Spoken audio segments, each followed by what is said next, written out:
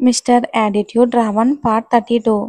ఏంటి పేపర్స్ అని నోటి దాకా వచ్చిన మాటని ఆయు మొహం చూడగానే అడగలేక ఉండిపోయింది. ఇక మాట మాట్లాడకుండా కనీసం చదవకుండా సైన్ చేసింది.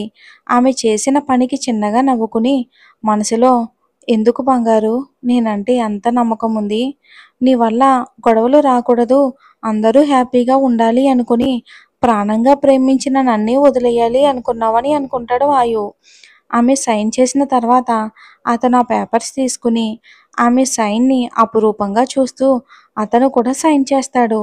అతడు సైన్ చేయగానే ఇక డింపుల్ ఆనందం పట్టలేక చప్పట్లు కొట్టి షాదీ ముబారక్ సార్ అని అంటాడు. అతడు అన్నది ఊర్వీకి ఒక్క క్షణం కాలం ఆగిపోయినట్టు అనిపించింది. థ్యాంక్ యూ డింపుల్, మిగతా పనులన్నీ చూసుకుని వెళ్ళాకి వచ్చేసాయి అని అంటాడు ఆయు. షాక్లో ఉన్న ఊర్విని రెండు చేతుల్లోకి ఎత్తుకుని తీసుకెళ్లి కారులో కూర్చోబెడతాడు. గ్లాస్ వేసి ఊర్విని తన ఒడిలో కూర్చోబెట్టుకుంటాడు.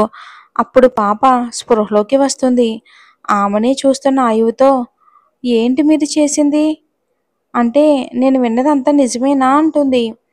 ఇంకా ఎక్కడో ఆమెకి కలో నిజమో అనే భ్రమలో ఉంది. తన ముంగురులను చెవి వెనక్కి సెట్ చేస్తూ, అవును మిస్సెస్ ఊర్వి ఆయు. అతడు పిలిచిన విధానానికి కళ్ళు నోరు తెరుచుకుని షాక్ అవుతుంది.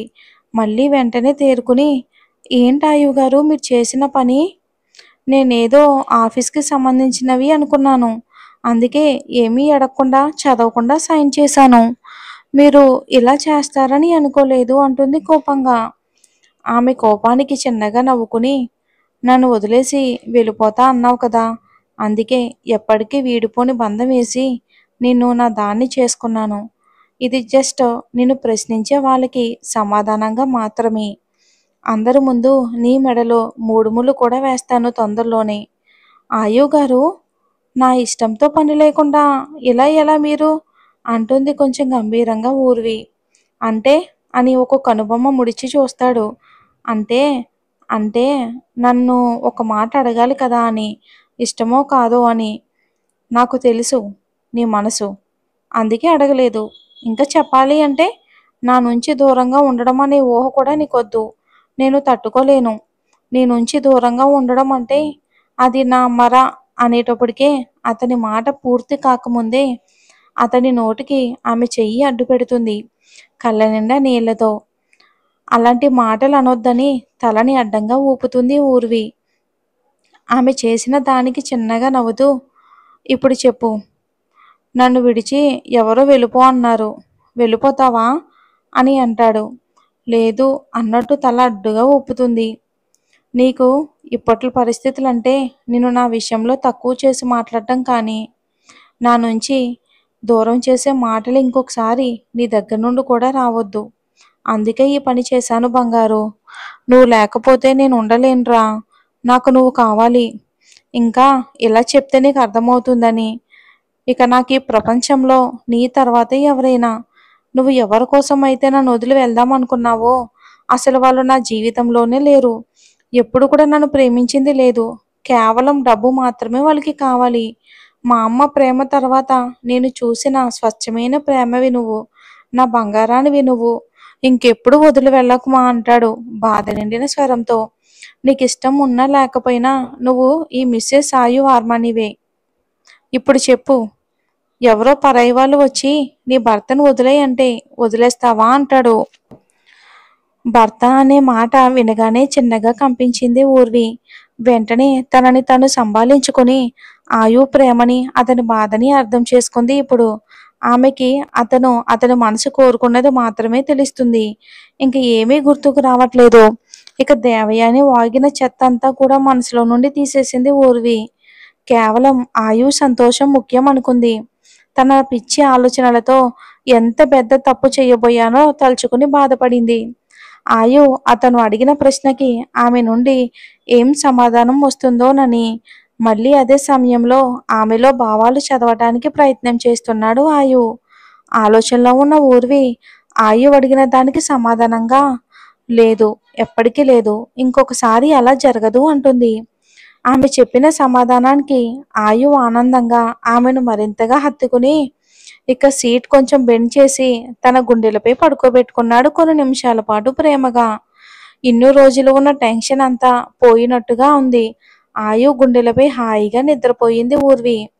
ఆమె క్రమబద్ధమైన శ్వాస ద్వారా ఆమె నిద్రపోయింది అని ఇక అనుకున్న తర్వాత మెల్లిగా కళ్ళు తెరిచి ఆమెని చూస్తాడు ఆయు.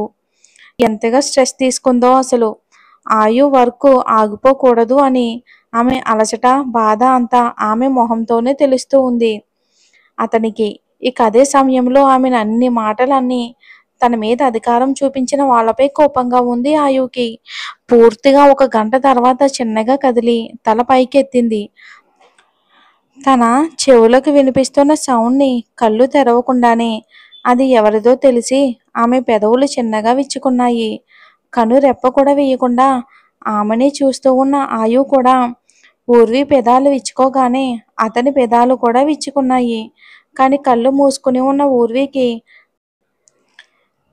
ఇక తన మైండ్ ఒక్కసారిగా జరిగింది గుర్తు తెచ్చుకునేసరికి ఒక్కసారిగా కళ్ళు తెరిచి కంగారుగా చుట్టూ చూసింది.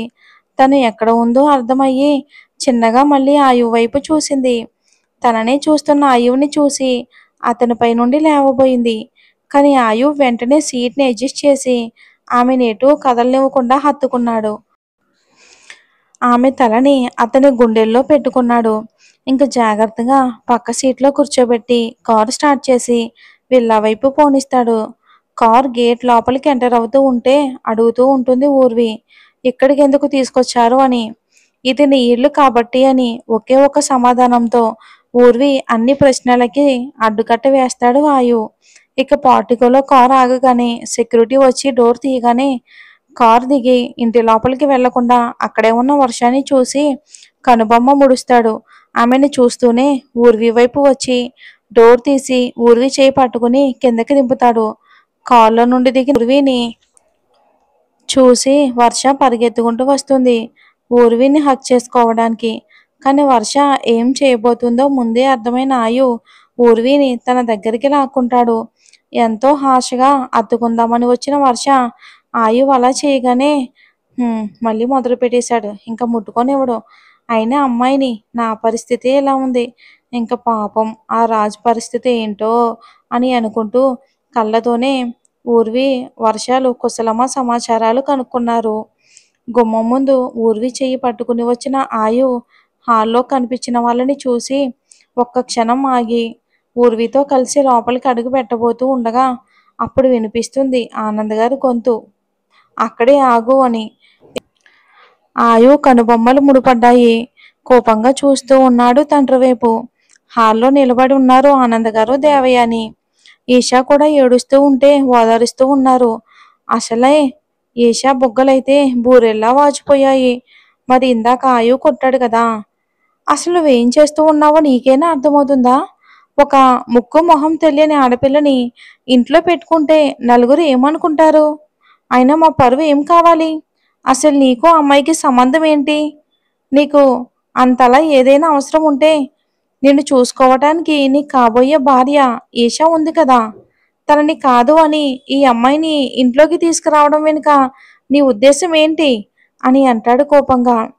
ఇక భర్త చెప్పడం కొంచెం మసాలా చేర్చి మన దేవయాని, అదేంటి బాబు, ఆడపిల్లని పైగా కాబోయే భార్యని కూడా చూడకుండా అలా ఈషా మీద చేయి చేసుకుంటావా? పైగా ఎవరి కోసం నా కోడల్ని బయటికి వెళ్ళమంటావు? అయినా ఇలాంటి అమ్మాయిల గురించి నీకు తెలియదు బాబు.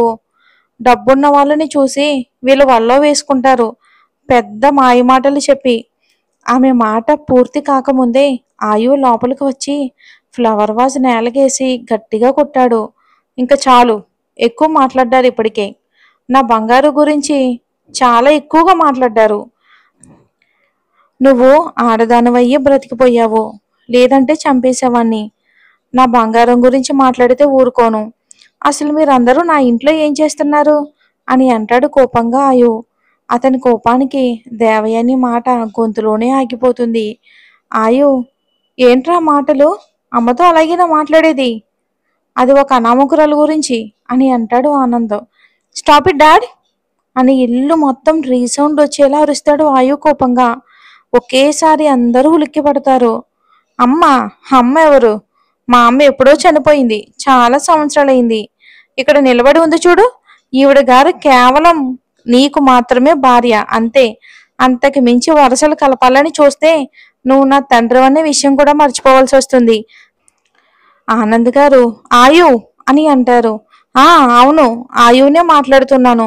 బంగారుని బయటికి పొమ్మనడానికి మీరెవరు అని అంటాడు కోపంగా. సరే బాబు, నువ్వు నన్ను అమ్మగా అనుకోవద్దు, కానీ ఇలాంటి అమ్మాయిల వలలో మాత్రం పడొద్దు. నీకు ఈమె గురించి తెలీదు. నువ్వు లేని వారం రోజులు ఈవిడ గారు ఇంకొకరిని చూసుకున్నారు తెలుసా అంటుంది దేవయాని. ఇంకంతే.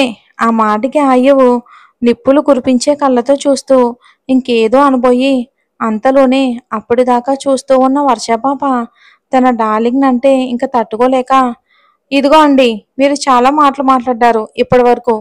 ఇంకొకరిని చూసుకోవడం ఏంటి? అసలు నా డార్లింగ్ గురించి ఏం తెలుసు మీకు అంటుంది కోపంగా వర్ష. ఆ నువ్వు కూడా ఈవిడ గారితోనే తిరిగావు కదా. నీకు కోపం రావడంలో తప్పేమీ లేదు. ఆ మాత్రం బుకాయించకపోతే ఎలా అంటుంది. చూడండి, ఇప్పటికే మీరు చాలా మాట్లాడ్డారు. నేను ఆధారాలు లేకుండా ఏది మాట్లాడను. పైగా ఇది ఆర్మనీ వంశ పరువుకి సంబంధించింది. తన దగ్గర ఉన్న ఫోన్లో ఉన్న ఫొటోస్ చూపిస్తుంది. వాటిని చూసి వర్ష షాక్ అయితే ఆమె మొహం చూసి, ఏంటి వర్ష మొహం అలా పెట్టుకున్నావు? చేసిన తప్పు బయటపడినందుక? అసలు ఏం మాట్లాడాలో తెలియట్లేదా అని అంటుంది పొగరుగా దేవయాని. ఆయువు కూడా చూపిస్తుంది. ఆ ఫొటోస్ చూసిన ఆయువు కనుబొమ్మలు మడిచి వాటినే గమనించాడు. నా బంగారుని ఫాలో చేసావా అంటాడు కోపంగా. అంటే ఆవిడ గారు ఎవరితోనో తిరిగి అనే మాట పూర్తి కాలేదు. నోటుపై అరచేయి పెట్టుకుని కక్కుకుంది. కళ్ళు తేలేసి చూస్తూ ఉంది. ఫోన్ ఫ్లోర్పై పడి ముక్కలు ముక్కలు అయిపోయింది. అదేంటాయో ఫోన్ అలా విసిరేశావు? దేవయాని చూపించిన ఫోటోలకి సమాధానం చెప్పమను అని అంటారు కోపంగా ఆనంద్ గారు. అసలు ఊరిపై ఓ కన్నేసి ఉంచి ఆమె మాయలో ఆయు పడకుండా ఉండడానికి ఏదైనా సరే ఆధారం దొరుకుతుందా అని చూసిన దేవయానికి రాజ్ ఊర్వితో క్లోజ్గా ఉండటం, ఇక రాజ్ డ్రాప్ చేయడం చూసి ఆఫీస్లో ఉన్న తన మనిషిలో ఒకడు ఫోటోలు తీస్తున్నారు.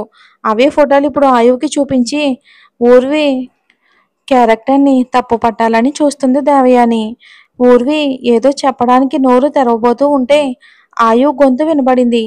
తను చెప్పదు. చెప్పవలసిన అవసరం కూడా తనకు లేదు. అసలు ఆ ఫొటోస్లో ఏం తప్పుందని మీరు నా బంగారుని క్వశ్చన్ చేస్తున్నారు అంటాడు చాలా నార్మల్గా. నా బంగారుపై నాకు నమ్మకం ఉంది. నా బంగారంతో ఉన్న అతని పేరు రాజు. నా బంగారు ఫ్రెండ్. నాకు అతని గురించి బాగా తెలుసు అని అంటాడు.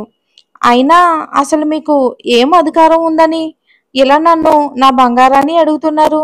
మీరు ముందు నా ఇంట్లోంచి వెళ్ళిపోండి, బయటికి వెళ్ళిపోండి అని వర్ష వైపు తిరిగి చెప్తాడు ఆయు. మరి ఏం జరుగుతుందో వచ్చే ఎపిసోడ్లో చూద్దాం. బంగారు బంగారు బంగారు. ఒక్కొక్క ఎపిసోడ్లో ఎన్ని బంగారులో ఎన్నిసార్లు చెప్పాలో, మీరు ఎన్నిసార్లు వినాలో, మరి ఏం జరుగుతుందో చూద్దాం.